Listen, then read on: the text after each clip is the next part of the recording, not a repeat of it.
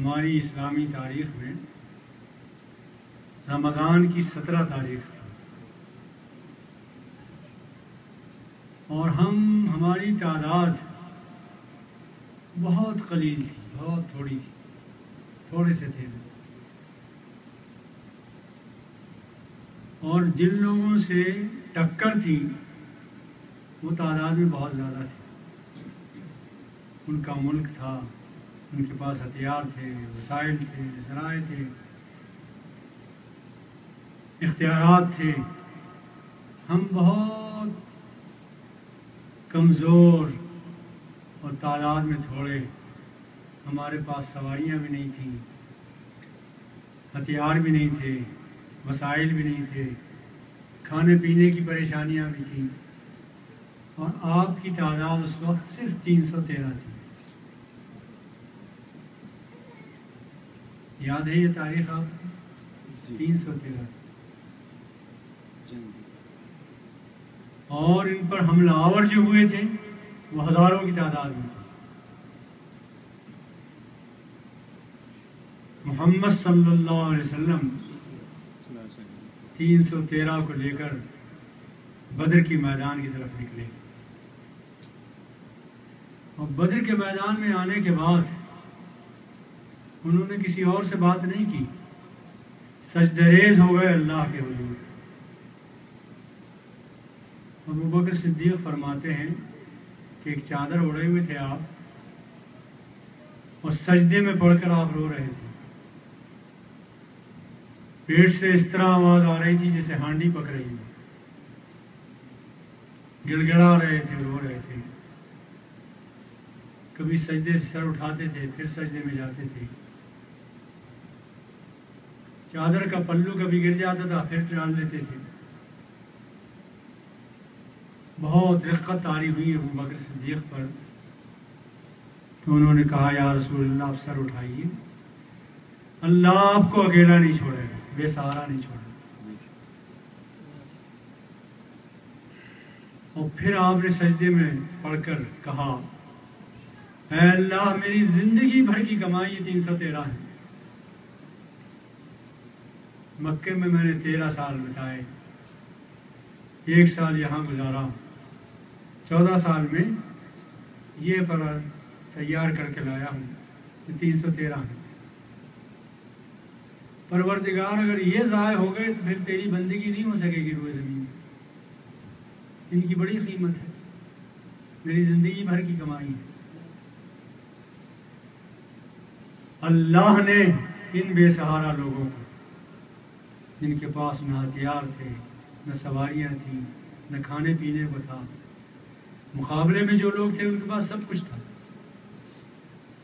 لیکن ان کے ساتھ اللہ کا سہارا تھا، اللہ کی قوت تھی، یہ کامیاب ہوئے اور کفار ناکام ہوئے بدر کے میدان میں۔ اور یہ فتح ہماری پہلی فتح تھی، جنگ بھی پہلی تھی، فتح بھی پہلی تھی، تو اسی لیے قرآن نے اس فتح کو فرقان کہا، یعنی حق و باطل کے درمیان فرق کرنے والا دن۔ حق ممتاز ہوا، کفر کو ذلت ہوئی،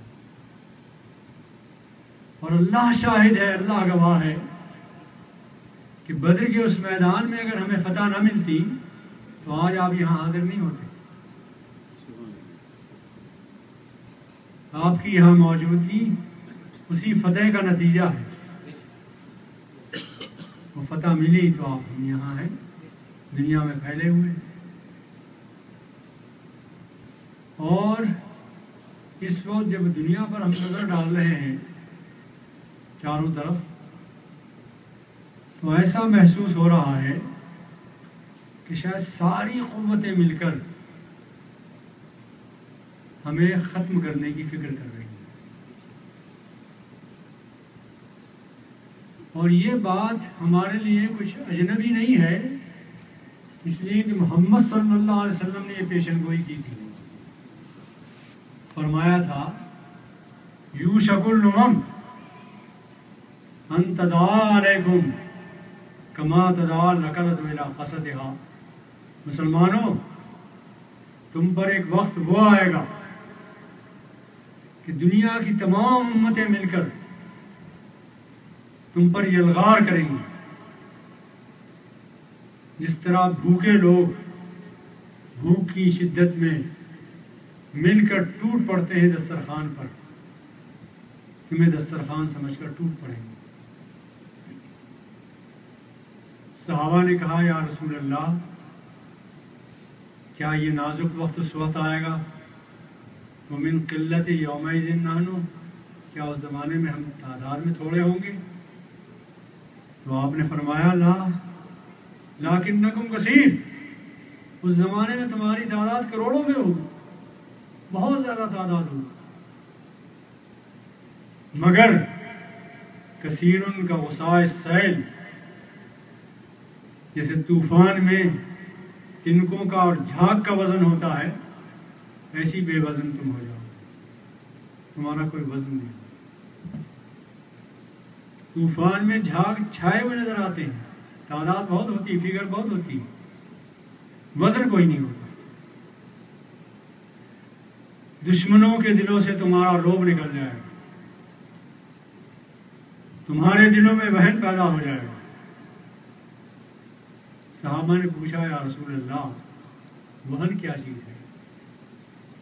تو آپ نے فرمایا حب الموت، حب الدنیا و کراہیت الموت، دنیا کی محبت، دولت کی محبت یہ پیدا ہو جائے گی اور موت سے ڈرنے لگے، موت کا خوف پیدا ہو جائے گا۔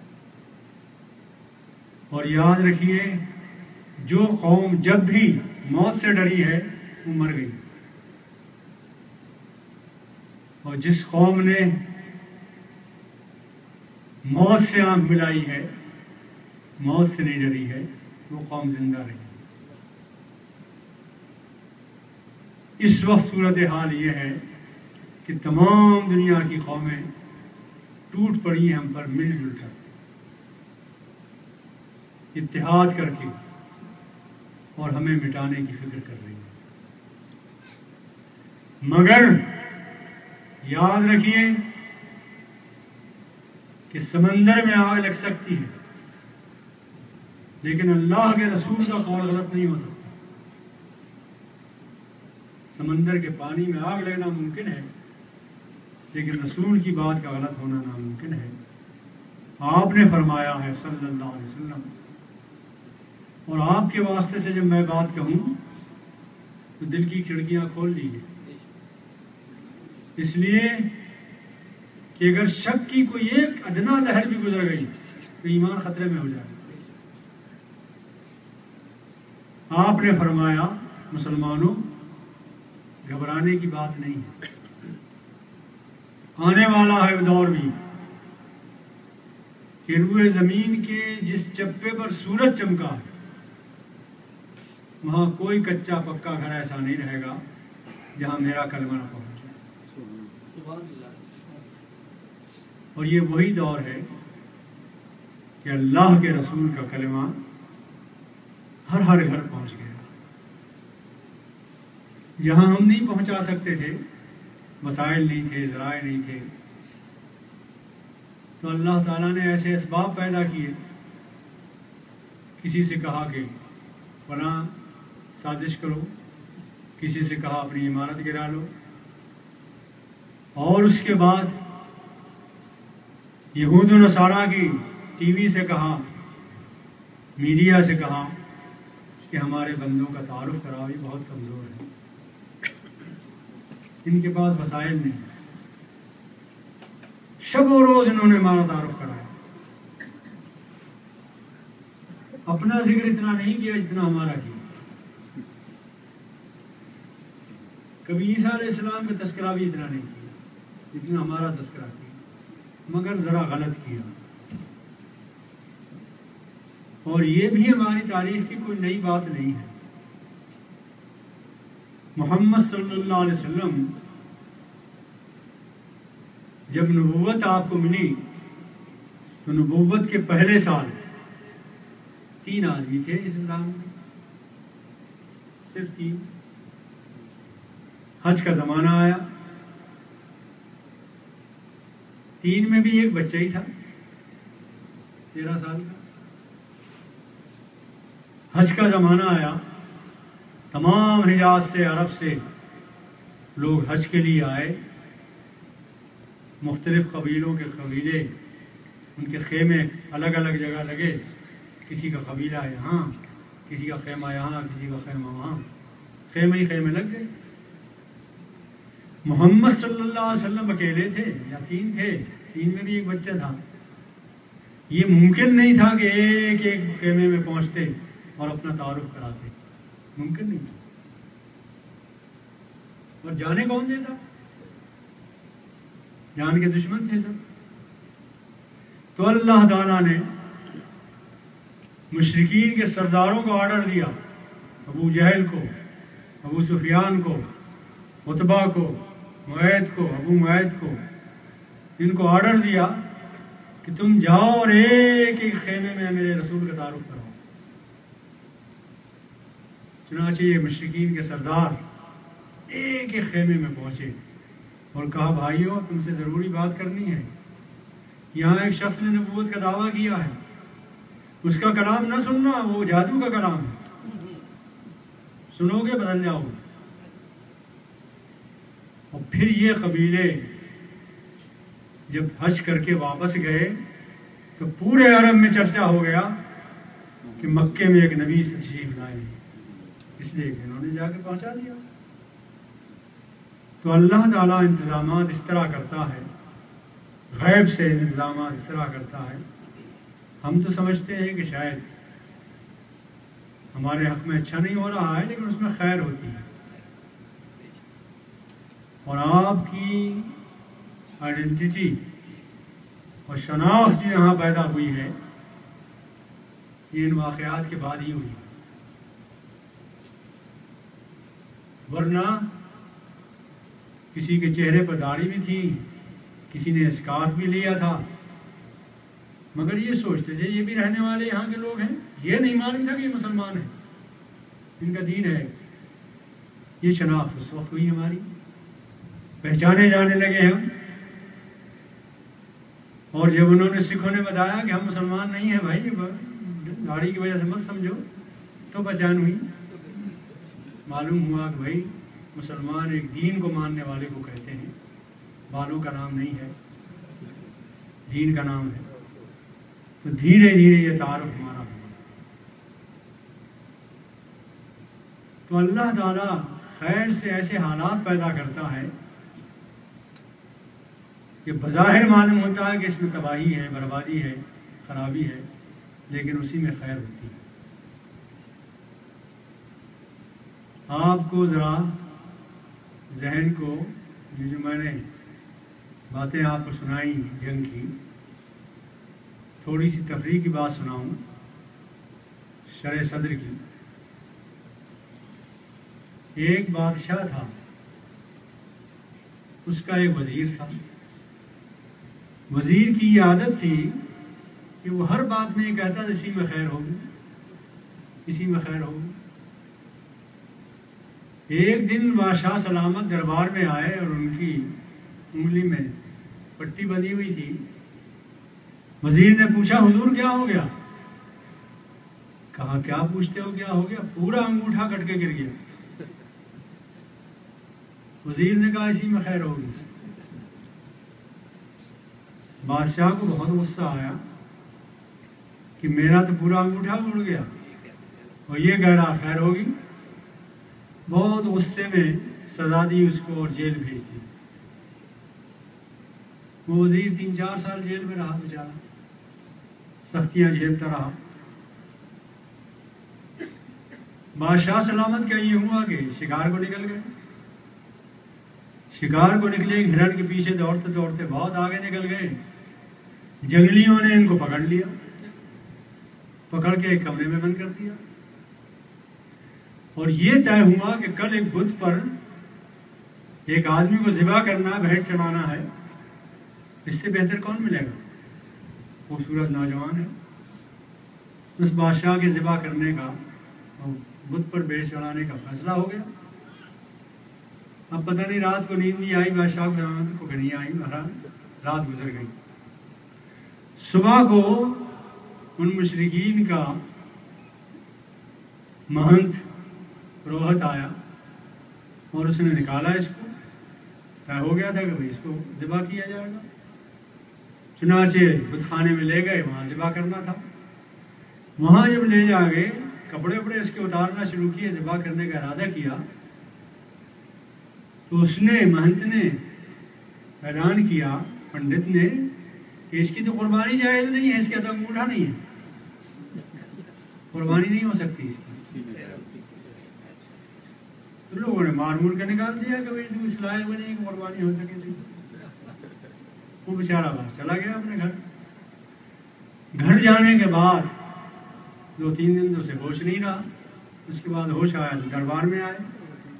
اب اسے یاد آیا کہ میں نے وزیر کو جو جیل میں بند کر رکھا ہے، بلایا اس کو اور اس سے کہا بھائی تم نے ٹھیک کہا تھا، اسی میں خیر ہوگی۔ خیر تھی، اس انگوٹھے نے بچایا مجھے، اگر یہ کٹا ہوا نہ ہوتا تو میں تو ذبح ہو گیا تھا۔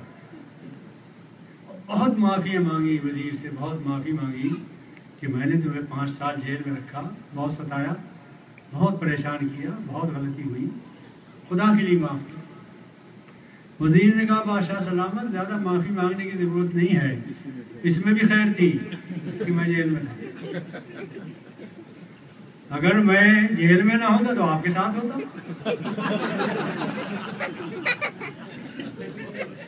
اور ہم دونوں سے گرفتار ہوتے، آپ تو بچ جاتے، میں ذبح ہو جاتا۔ مطلب یہ ہے کہ جو اللہ کی طرف سے ہوتا ہے خیر اسی میں ہے۔ اس خیر نے، جس کا ذکر کیا میں نے، بدر کے میدان میں ہم تھوڑے سے تھے، اللہ تعالیٰ نے ہمیں کامیابی بخشی، فتح بخشی۔ اس خیر نے اور اس بدر کی فتح نے قرآن میں ہمیں 3 نصیحتیں دی، بس وہ نصیحتیں آپ کے سامنے رکھتے ہیں۔ 3 اصول دیے، 3 بنیادی احکام دیے، وہ 3 باتیں یاد کر لیجیے، اور آج کی مجلس کا یہی حاصل ہوگا۔ یہ 3 اصول جو اسلام نے ہمیں دیے، یہ ایسے اصول ہیں کہ قیامت تک کے لیے یہ واقعی اور قیامت تک ان پر عمل ہوتا رہے گا۔ امت جب تک ان پر عمل کرتی رہے گی کامیاب رہے گی۔ جب ہم نے ان پر عمل چھوڑا ناکام ہوا۔ عمل ہوتا رہا 1000 سال تک، رسول اللہ صلی اللہ علیہ وسلم کے بعد 1000 سال تک پوری دنیا میں ہم بہت فاتح اور ناصر رہے۔ یاد ہوگا 5 سال بڑے تنتنے کے ساتھ ہم نے خلافت کی ہے بغداد میں۔ یاد ہوگا کتنے اسکول، کتنی یونیورسٹیاں کھولی، کیسی تعلیم کے چرچے کیے۔ اسپین پہنچے، 750 سال وہاں رہے۔ ہندوستان آئے، 750 سال یہاں حکومت کی۔ 1000 سال تک دنیا پر چھائے رہے ہیں۔ اس کے بعد جب یہ 3 اصول ہم نے چھوڑے تو ناکامی ہوئی اور نیچے گرا دیے گئے۔ اس نیچے گرے ہوئے حالات میں ہم تقریباً 450 سال سے مبتلا، بہت سخت حالات ہیں ہمارے۔ 450 سال ہو گئے۔ گڑ گڑا کر دعا کیجیے اللہ تعالیٰ سے، پروردگار اب برداشت نہیں ہوتا، دن پھیر دے، ہمارے تبدیلی پیدا کروا دے، ہمیں کچھ کرنے کی سکت دے دے، ہمارے نوجوانوں کو سکت دے دے، کچھ کرنے کی سکت دے۔ ان دعاؤں کا اور ان تبدیلیوں کا اور ان کوششوں کا نتیجہ یہ ہے کہ اس وقت پوری دنیا میں واحد امت ہے، یہ امت مسلمہ، جس کے نوجوان دین کی طرف متوجہ ہیں، ورنہ کسی امت کے نوجوان دین کی طرف متوجہ نہیں۔ آپ ہندوستان جائیے، ہندوؤں کو حکومت ملے ہوئے 64 سال ہی تو ہوئے، بگڑ گئے، تباہ ہو گئے. ان کے نوجوانوں میں نہ دین کا نہ مذہب کا کوئی رشتہ نہیں. اور امتوں کو دیکھیں، اس ملک میں آپ کے عیسائی رہتے ہیں، 60% عیسائی اپنے دین سے واقف نہیں. یہ واحد امت ہے امت مسلمہ جس کے نوجوان دین کی طرف رجوع ہوئے.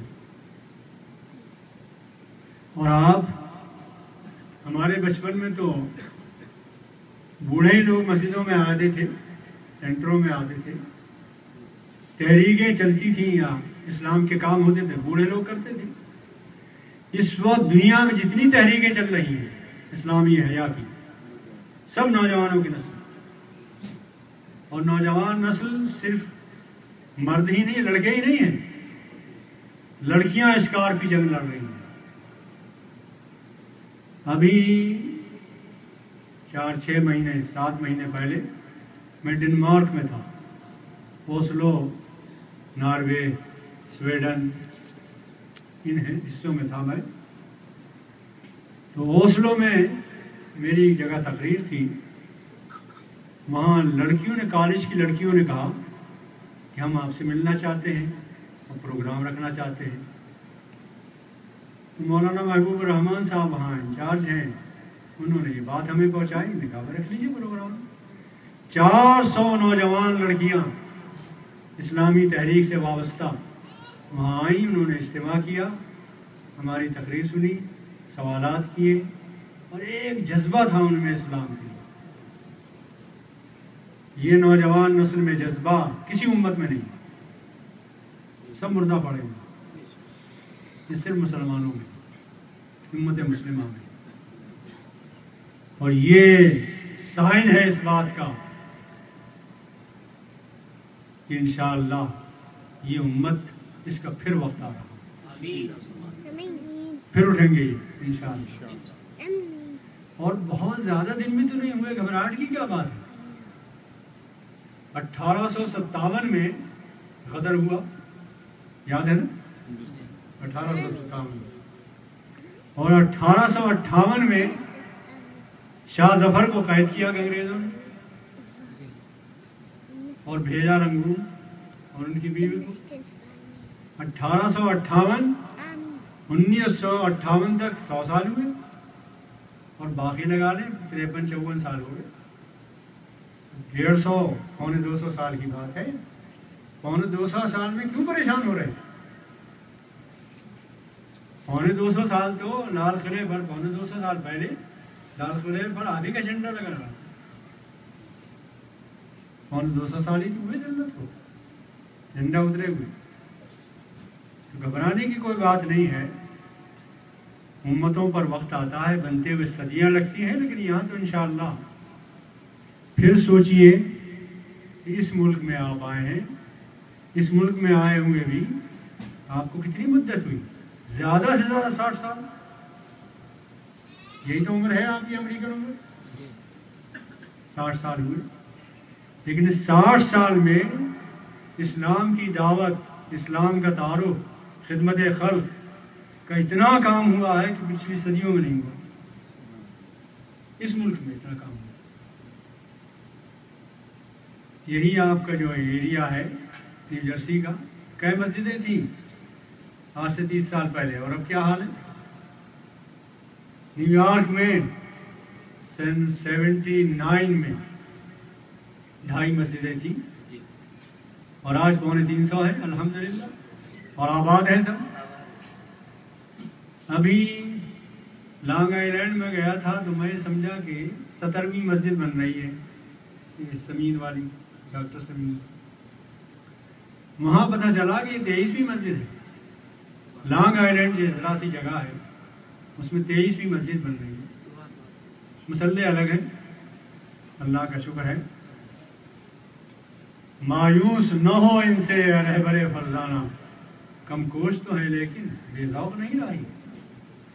انشاءاللہ تعالی اس امت کے اٹھنے کا پھر وقت آتا.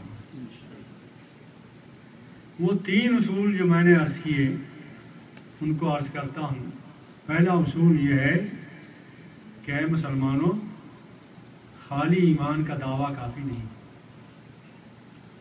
یا ایھا الذین آمنوا، اے ایمان والو، اتقوا اللہ حق تقاتہ، جب تم نے ایمان کا دعویٰ کیا ہے تو مومن بن کر دکھاؤ، مومنانہ کردار پیدا کرو۔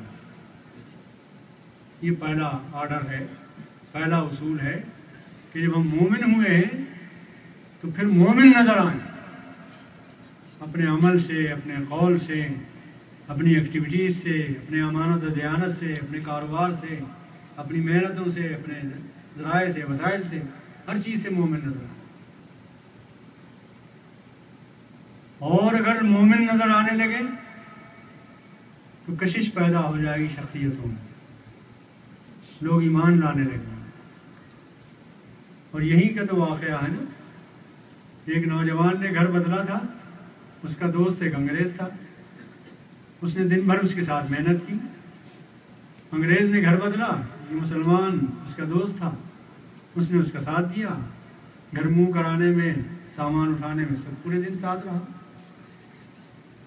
4-5 گھنٹے کے بعد اس نے ٹھنڈا پیا اور اس کو بھی پیش کیا، تو اس نے کہا میرا روزہ ہے، میں شام کو افطار کے وقت پیوں گا۔ اس نے پوچھا کہ یہ روزہ کیا ہوتا، تو اس نے بتایا کہ سحر کے وقت سے فلاں وقت تک ہم کھاتے پیتے نہیں ہیں۔ تو کہا تم نے مجھے بتایا کیوں نہیں کہ میرے صبح سے میرے ساتھ محنت کر رہے ہو، 4 بج گئے اور لگے ہوئے ہو، تم نے بتایا ہوتا کہ میرا روزہ ہے، میں نہیں کہتا تم سے۔ اس نے کہا نہیں، روزے میں بھی ہم کام سب کرتے ہیں۔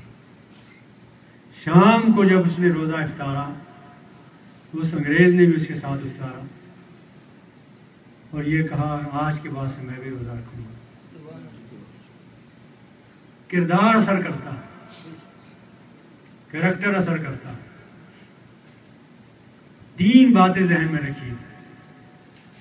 ایک تو بات یہ ہے کہ جب آپ کا ایمان کے مطابق کردار ہوگا، اور صرف فرد کا نہیں، پوری امت کا ہوگا، اجتماعیت کا ہوگا، تو اس کے اثرات پڑیں گے۔